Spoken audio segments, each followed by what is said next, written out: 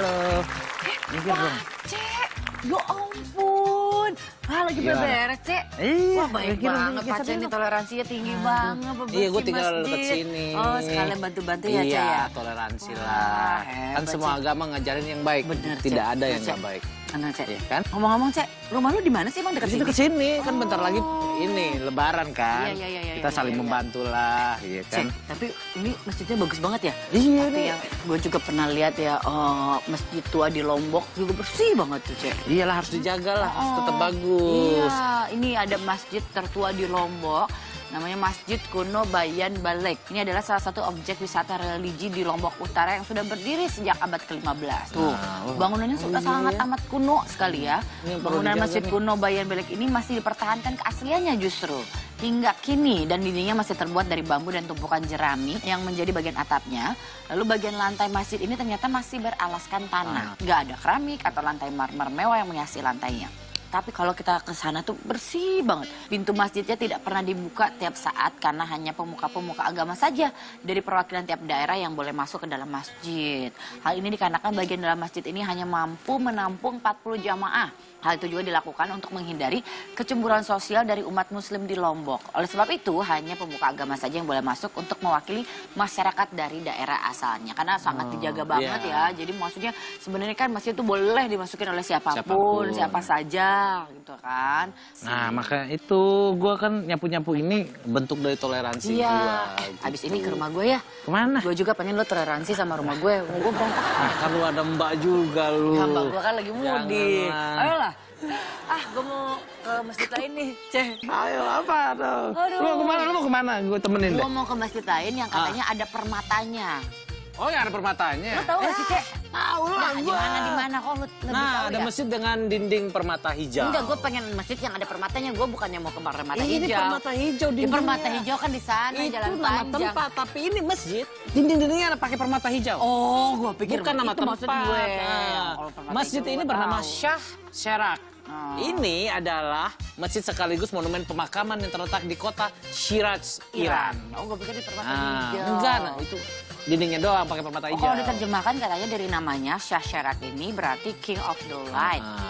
Karena pada bagian dinding masjid itu diselimuti oleh jutaan cahaya dari pecahan cermin kecil yang memantul layaknya berlian. Wow. Nah, kayak gini, ini bukan permata hijau, ini bener-bener permata hijau bener nih. Cermin-cermin kecil-kecil yang memantul-mantul ya. Nah, pada awalnya masjid ini hanya sebagai tujuan ziarah pada abad ke-14. Namun karena Ratu Tashi Katun menyukai seni, maka Ratu memerintahkan untuk menutup makam dengan jutaan potongan kaca berwarna hijau dan gemerlap. Wah, ini masjidnya benar-benar gemerlap dan tinggurilep ya. Mewah Dengan kaca-kaca kecil-kecil warna hijau itu memang membuatnya seperti permata hijau. Mewah banget. Kalau gue malah pengen ini, ke masjid yang mirip Rumah Gadang gitu, ada nggak? Ada, kalau masjid yang mirip banget sama Rumah Gadang. Kalau tadi kan masjid di Iran ya. Kalau ini ada masjid yang katanya sih mirip banget sama Rumah Gadang. Jadi kalau masjid pada umumnya berkubah, masjid ini yang di Sumatera Barat itu berbeda. Arsitektur masjid ini mengikuti tipe arsitektur Minangkabau. Ciri bangunannya ya itu yang lu Rumah bilang. Gadang itu. Berbentuk gonjong dengan 4 sudut lancip yang mirip desain atap Rumah Gadang. Dan masjid ini diresmikan pada 2014 lalu. Seperti apa bentuknya? Kita lihat yuk tayangannya.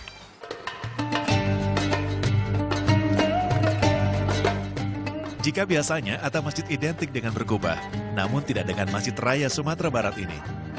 Masjid berlantai 3 ini lebih mengikuti tipologi arsitektur khas Minangkabau dengan ciri bangunan berbentuk gonjong yang sepintas mirip Rumah Gadang. Didirikan sejak 2007, masjid yang memiliki luas lebih dari 4.000 meter dibangun dengan struktur tahan gempa. Tak heran jika masjid ini juga berfungsi sebagai pusat evakuasi bencana. Mampu menampung hingga 20.000 jemaah, Masjid Raya Sumatera Barat ini terus berbenah. Rencananya tak hanya memperbaharui ruang ibadah agar lebih nyaman. Masjid kebanggaan warga Sumatera Barat ini juga akan dilengkapi dengan bangunan pendukung, pelataran, dan juga taman. Ini Rumah Gadang kan. Nah, Mirip banget. Wah, aduh ada kucing. Sana, pergi lo. Jangan Jangan diusir, masuk masjid Ti. dong. Aduh, nih kucing.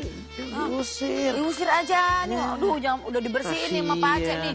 Ya, lu mau ngapain sih itu? Ntar kucing makin berdatangan banyak lagi. Biar kayak di ini si Turki. Kenapa emang di Turki? ada masjid yang bolehin kalau di dalamnya ada kucing. Emang Kucing ada? boleh masuk, boleh. Kucing boleh masuk? Iya. Di Istanbul, Turki ada sebuah masjid di mana kamu bisa sholat dan juga berdoa bersama kawanan Kawanan kucing. kucing. Oh, jadi memang sejak tahun lalu Imam Masjid Aziz Mahmud Hudayi itu membiarkan kucing-kucing liar masuk ke dalam masjid. Imam yang berhati mulia ini namanya Mustafa Efe. Dia membiarkan kucing-kucing liar itu karena ingin mereka tetap hangat selama musim dingin berlangsung. Oh, baik bang. Jadi memang dalam agama Islam kucing memang hewan kesayangan Nabi Muhammad SAW. Itu mengapa kucing-kucing liar ini sangat disayang oleh jamaah masjid. Jadi memang dibiarkan. Apa? Lu kan sering liburan. Lu pernah lihat nggak di mana masjid yang paling keren, yang paling bagus? Iya, masjid pada keren-keren yang paling ya. unik, ya. Aduh, Kalau gua suka lihat tuh Masjid Kubamas. Kubamas di Depok. Depok itu bagus Di Puncak tuh. juga bagus. Di Puncak ada aja. Oh, masjidnya tuh kalau misalnya kita lagi jalan-jalan ke sana dia ngelewatin dulu air gitu. Oh Itu gitu, juga gue bagus. belum pernah. Waktu itu temen gue nikah di sana, Oh, di kawinan, Kubamas, bagus banyak banget. sih sebenarnya ya. Tapi memang masjid-masjid di Indonesia itu banyak banget. Tapi ini ada jam matahari yang berusia ratusan tahun di Masjid Agung Solo. Nah ini gue belum pernah Nah, nih. Masjid Agung Solo, karena saya juga belum pernah nih, punya benda unik yang tak dimiliki oleh masjid lainnya, yaitu jam matahari. Berhubung dahulu tidak ada alat penunjuk waktu, masjid yang ada sejak zaman kerajaan Mataram Islam ini akhirnya membuat jam matahari. Meski sudah tidak digunakan lagi, benda sejarah ini masih dilestarikan dan jadi daya tarik wisatawan. Coba kita lihat tayangan ya. Masjid Agung Surakarta, Jawa Tengah memiliki satu benda bersejarah yang dulunya digunakan untuk menentukan waktu sholat, yaitu jam matahari atau jam istiwak. Sesuai dengan namanya, jam ini menggunakan matahari sebagai penanda waktu. Jam terdiri dari plat kuningan cekung dengan guratan angka dan jarum logam yang berfungsi memantulkan bayangan matahari. Kita bisa menentukan waktu sesuai dengan pantulan bayangan jarum di plat kuningan. Bayangan jarum akan jatuh di angka tertentu sesuai dengan sudut kemiringan matahari. Karena menggunakan matahari sebagai patokan, jam ini tidak bisa digunakan ketika cuaca mendung, apalagi ketika hujan. Jam yang dibuat pada masa Raja Pakubono IV sekitar tahun 1757 Masehi ini sekarang tidak digunakan lagi. Tapi jam tetap dirawat dan dipertahankan sebagai peninggalan sejarah dan daya tarik wisata bagi pengunjung dan jemaah yang datang ke Masjid Agung Surakarta. Tuh, bagus Tuh, banget bagus kan? banget, bagus. Ini ada sahabat pagi yang mau tanya sama kita, coba kita lihat tayangannya ya. Bang Andre, Teh Hesti, aku mau lihat dong kalau lebaran di Inggris ngapain aja. Lebaran di Inggris gak tahu, tapi yang pasti adik saya lebarannya nggak di Indonesia kali ini, di Berlin. Jadi dia nggak pulang Jerman, kampung.